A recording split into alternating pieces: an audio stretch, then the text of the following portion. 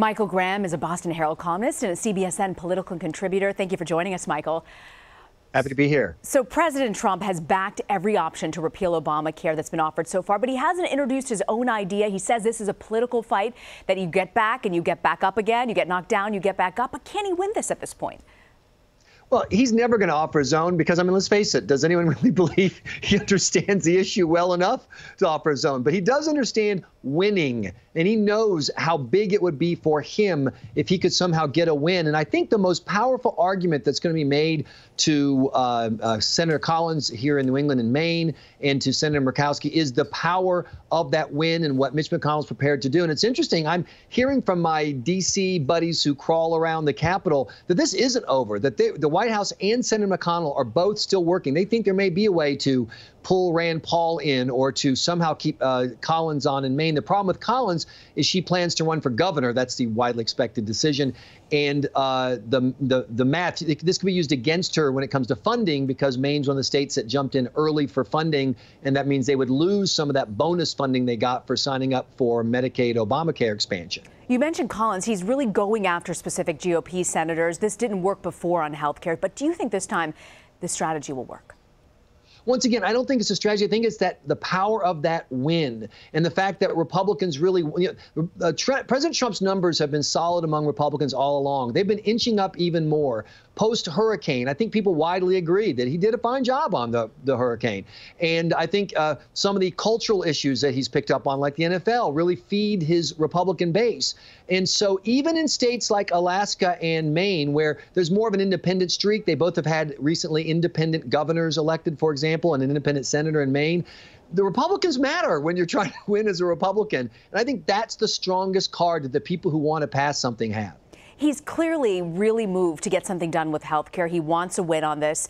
There's some buzz out there that much of this effort to get this through in a short time window is based on Republican donors. Do you think that's true? It's definitely possible, but Republicans have been saying for 7.5 years, let's repeal this, let's repeal this. I don't think it really matters, the intricacies of, whose side or what's the agenda, or is there some a donor who's likely to benefit from a new model for health care. The fact is, Obamacare is widely perceived as a dumpster fire. The Republicans have set their own dumpster fire, and they're trying to get people to jump from one dumpster fire to another. And just like Obamacare today looks nothing like what was originally passed, whatever gets passed by the Congress and signed by Trump will also be very different a year, 18 months later. Michael, looking ahead this week to the Alabama special election, Trump is going to bat for Senator Luther Strange. He's an established candidate. He's backed by Majority Leader McConnell, but he's also neck and neck with Judge Roy Moore. Who are these candidates, and who do you think is likely to close this type of race? Okay, Luther Strange is a solid conservative who in any other state would be like the most conservative guy around. I mean, he makes Ted Cruz look like a moderate. But he's running against Judge Roy Moore, he was Trump before Trump was Trump. He made his name by picking fights over displaying the 10 Commandments. He's been a radical. He's been in trouble because of his, as a court figure because of the past.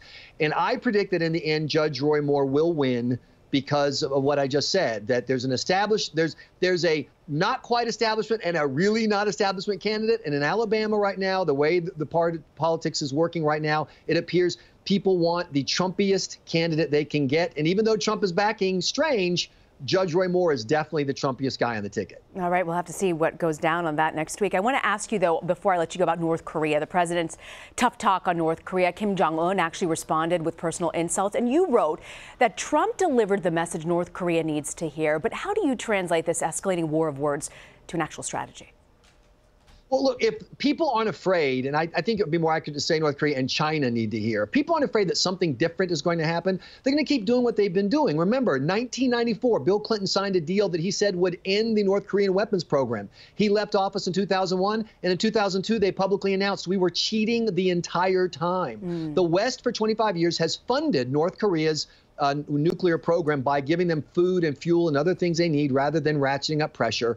And Trump really, he shook the whole box. And I think the fact that China is now talking more seriously about sanctions, they've always kind of backed him with a wink and a nod. But what we've heard the last 48 hours is different. If China ever got serious about making the Kim regime suffer, it is possible that the generals around Kim would say, okay, that's enough. We got to get rid of this guy. And that is the only, there are two alternatives. Either North Korea is going to be fully nuclear or there's going to be regime change. There will be no military action from the West because the cost would just be too high. And the president's likely heading to China later in the fall. Do you think that China will actually do something and get tougher on North Korea? I mean, that is, I don't know what, I mean, Trump has made it clear, hey, guys, this is getting out there, man. If China gets more nervous about what we're going to do than they are about the consequences of removing Kim, that's the time they're going to act. And I'm certainly no expert, but I've talked to a lot of experts this week on my podcast, and they all say it seems like the mood in China may actually be changing. And if that is, then I think, 5 years from now, we may say that one of the great moments of a Trump presidency was, that speech and getting China to finally get serious about possibly having a change of regime in North Korea. I want to ask you about the president's tweets this weekend. I want to ask you particularly about the president going after the NFL. Let's actually listen to a soundbite. Wouldn't you love to see one of these NFL owners, when somebody disrespects our flag, to say, get that son of a bitch off the field right now, out, he's fired. He's fired! Well, Commissioner Roger Goodell has responded, saying divisive comments like these demonstrate an unfortunate lack of respect for the NFL. Michael, what's your take on the president picking a fight with the NFL and their response?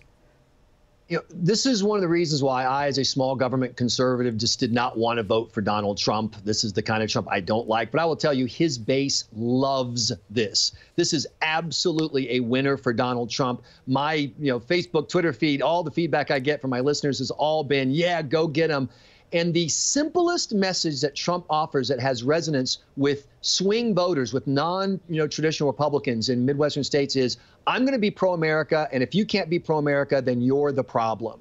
And Washington Post had a poll out earlier this month that showed that 64% of sports fans think that players getting involved in politics is a problem.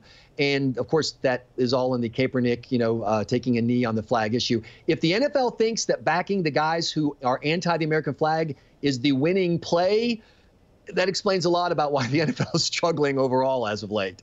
So fascinating. Are you surprised at the fact that the president is really able to tap into these pockets of strong Republican supporters who really feel there's such a divide between East Coast, West Coast media versus non-media? I mean, the fact that he really knows when to send that message in.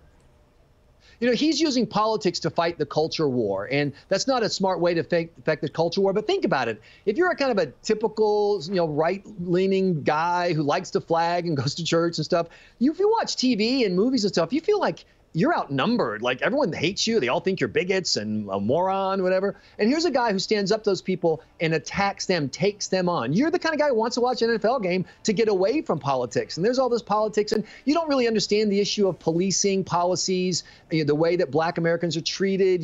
There's something rare, but you also like cops and you're confused. Trump stands up and says, hey, America, the flag, it's good. And it is the magic secret sauce of Donald Trump. And if more traditional Republicans had stood up on these kind of hot button issues and made more centrist arguments, say on immigration and on how to take on the problem of Islamist violence, jihadist violence, this lane wouldn't be open for Trump. But the refusal, the lack of courage among traditional conservatives to step in on these issues left that lane wide open, and Trump is driving a MAGA-sized truck right down it. Michael Graham, love having you here on the weekends. Michael, thanks for joining us. Happy to be here.